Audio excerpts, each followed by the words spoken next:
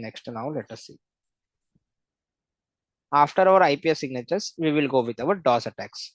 So IPS signatures you already understood now. Now assume you are having a web server, or what is a DOS attack? Let us see now. Anyone aware about DOS?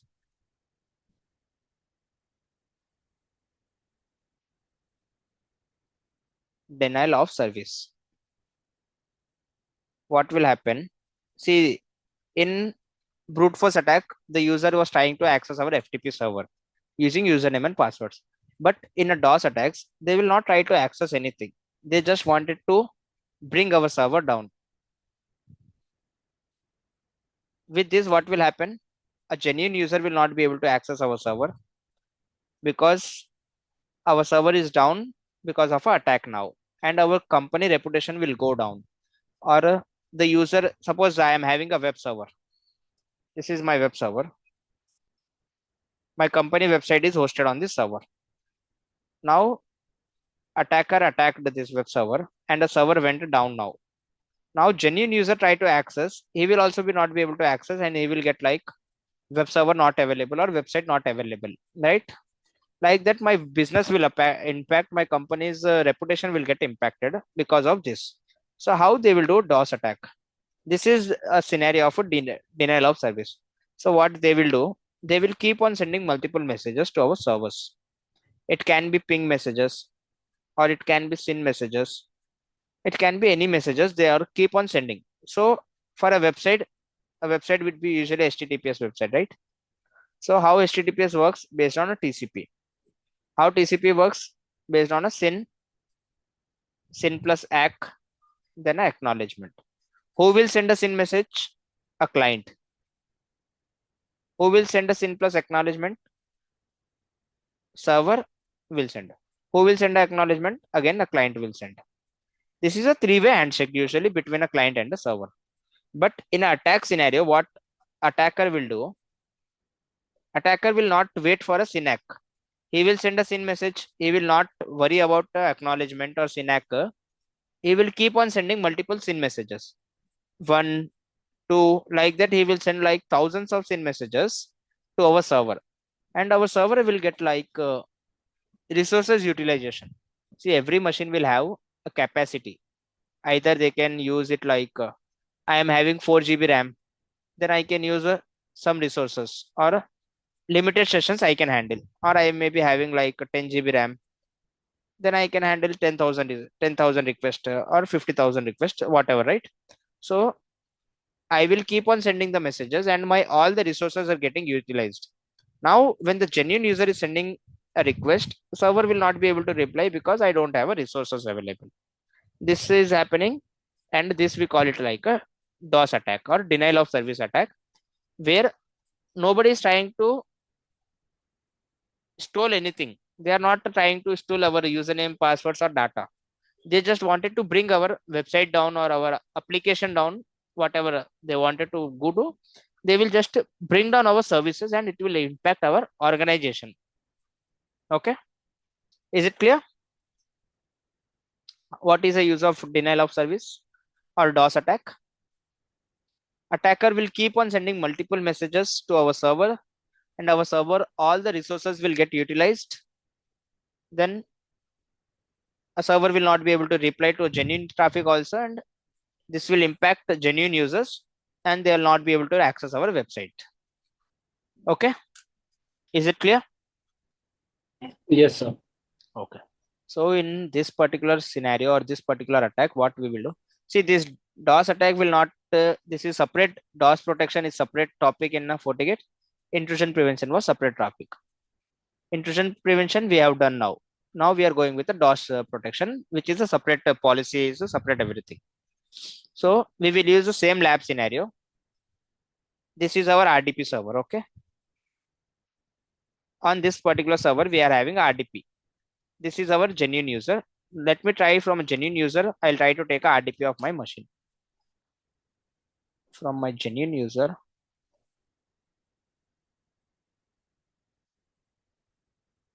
let me try to take a RDP 10.1.1.5. I am getting Let us see what will happen.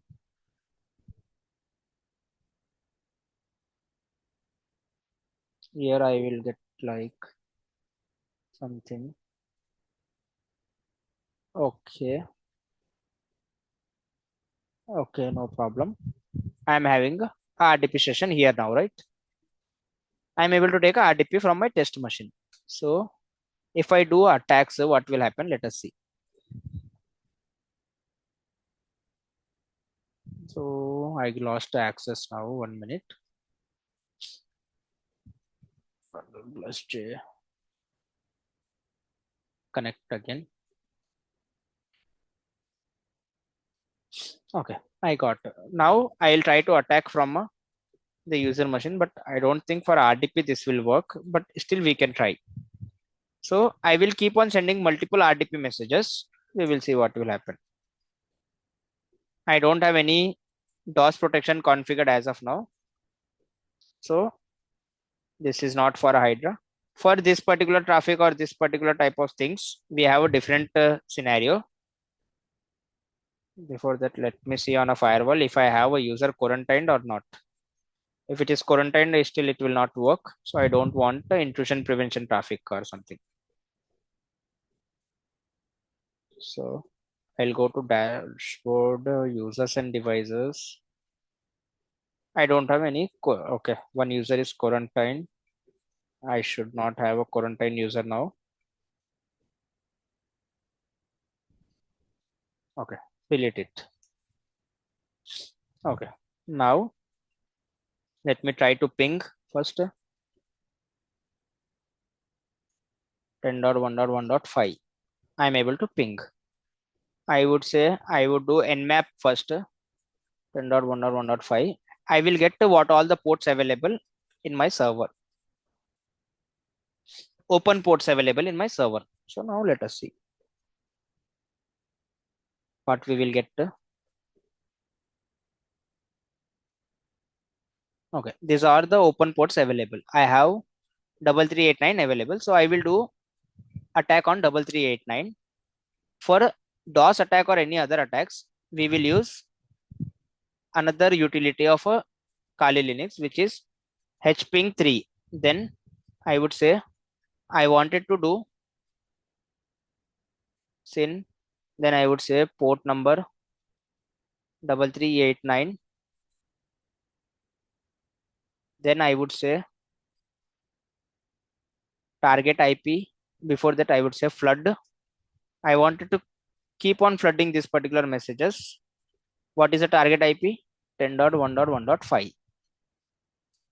Now, before that, let me show you. Once we have a SYN attack, flood attack, currently what are the sessions available on a firewall? There are 0 sessions available, right? Okay. Once I do attack, what will happen? Attack started. Now let us see how many sessions would be there. There are 14,000 sessions, 16,000 sessions. Sessions are keep on increasing, right? So now I'll go to genuine user. Then again, we will try to do RDP from the genuine user. 10.1.1.5. It is keep on loading only. Now let us see why it is keep on loading, because we don't have a resource available to reply. 21,000 sessions available from the server to from the attacker machine to our server. You see, a genuine user is not able to access my RDP server. Remote desktop cannot access. Once I stop this attack, I'll not do any policy changes or anything. Now the sessions should come down 11,000, 3,000. Okay, sessions came down now. Now again, just I'll click on connect. I am able to connect, right? So once I start a RDP attack, what is happening? I am not able to access RDP from a genuine user also, right? There is no blockage or anything at a firewall level as of now. Let me show you. The blockage is not there on a firewall level. Only thing is the firewall is not able to reply to a genuine user because all the services or all the resources are utilized by another person. Now let me show you. The genuine user source IP is 10.1.3.100. See, TCP reset from the server because we are not getting a traffic or anything. Right? Now, if I do login, I'll not be able to do any. I'll not get any issues now. I'm able to log in, right? So that's what usually happens when we have like denial of service attack. Now I will create one DOS policy. Then we will see. To create a DOS policy, you go to policy and object. You will say IPv4 DOS policy. I'll create a new policy. I would say DOS protection. What is the incoming port? Traffic coming from my WAN. What is my server? Traffic coming for my 10.1.1.5 IP. We are attacking on this IP, right? Then, sorry, source should be any. Traffic can come from any one. Then destination is my web server. Service, anything. I don't want to know. What is happening? SYN flood attack. Block it. How much traffic? If traffic is coming more than like, if I see more than 100 packets from a specific source, then I wanted to block that particular traffic. We have done this. Now, again, we will try to do attack. Again, I will go to FortiView sessions. Previously, we were getting so many sessions, right? Now, let us see. Close this, no problem. Again, I have started SYN flood attack. I see 100. Traffic is not going beyond 100, right? Now, attack is still going on. I would say connect. Then we will see what is happening. I am able to log in from a genuine user. If someone is trying to attack also, I am able to try log in, right? Now, let us see on a firewall what is happening at the logs. See, usually IPv4 attacks or DOS attacks, you will see in an anomaly. How many counts we are getting? 2 lakh packets came, SYN flood attack. What is the severity? And it is getting blocked usually, clear sessions. You will not see anything like that, SYN flood or anything. See, the user is not quarantined as of now.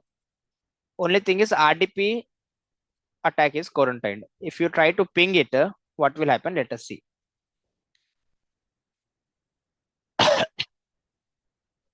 Sorry. Ping traffic is working. Only thing is your TCP flood attack is quarantined. Okay. Now genuine user is able to access. Even someone is trying to attack also, genuine user is able to access services, right? That's what we call it like a DOS protection, where we don't want to block a genuine user. But if someone is trying to attack our services, then we should be able to block that particular thing. Okay. Is it clear? Hello. Yes, sir. Yes, sir. Okay. This is called a normal DOS attack. What will happen in a normal DOS attack? If you see a pattern here now, all the traffic came from single source, right? In a modern environment, what attackers can do, they can change their source IPs and they can send the traffic from different source. We call it a distributed denial of service attack. DDoS. You ever heard about DDoS in your office? What will happen in a DDoS attack? See, in a DOS attack, traffic was coming from same source. But in a DDoS attack, traffic will come from multiple source IP.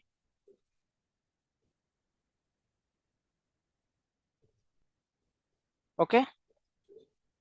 Now attacker can send the traffic from multiple source or from any of the random source. Okay. This is called a denial of service attack. And this will also, you don't need any specific policy or anything for this DDoS attack also. You can have a same policy and you can protect your server. Now let us see how you can do a DDoS attack. Let us see now. First, from the genuine user, I am able to access it. Okay, I am able to access. I'll go to a user now. I would say, first let me delete this. Command would be everything same. Then I would say random source. Random source. So traffic will come from multiple source now. If you see here, till now traffic was coming from same source, right?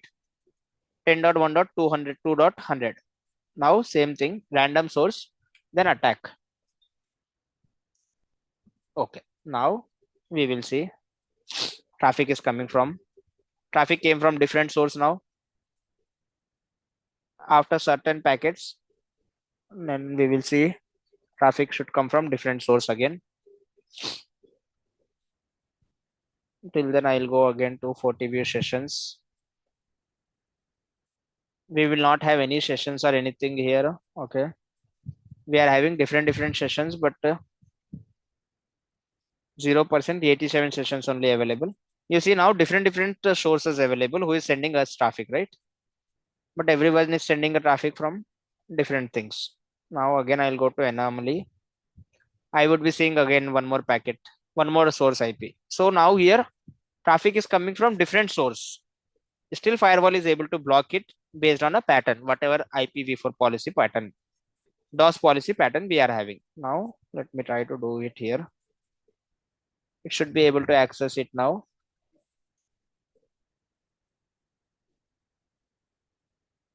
You see one more packet came, firewall is able to block this also. Usually this will happen. This will take some time in our lab environment. We have limited resources, right? That's why. Again, I'll try to access it. Because of our limited resources, it will take some time in our lab environment.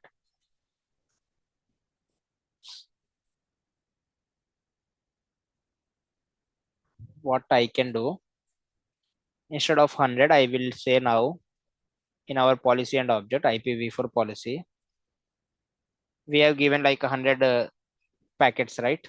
If the traffic is behind 100 packets, then it should be blocked. I would say 10. Then we will see what is happening.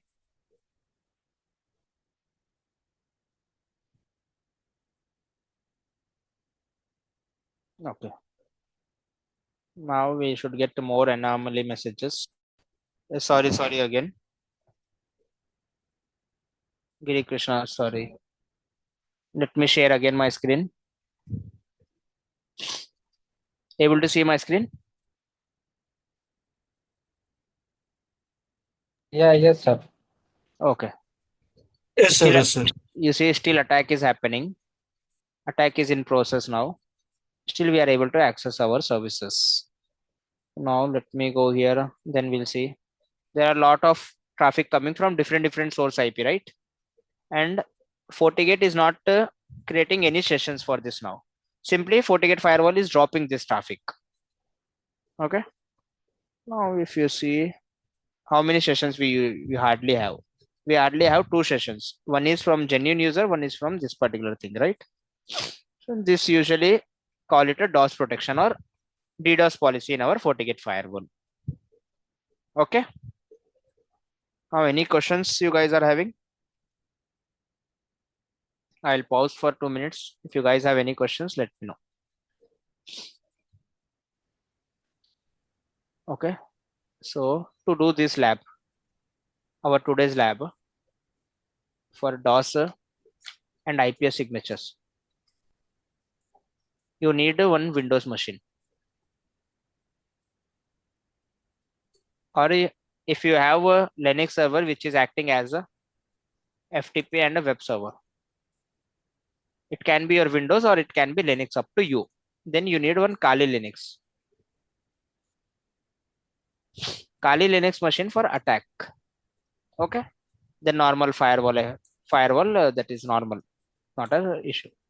If you need this many things to do today's lab environment. one Windows machine or Linux machine for FTP server and web server, one Kali Linux machine for doing attacks, and one firewall to prevent or to see all the logs or anything to configure IDS, IPS policy and DOS policy. Okay. Okay, okay, sir. Okay, sir. Okay, sir. Yeah. Okay. If you need any support to do anything or whatever, if you have any questions in this lab environment,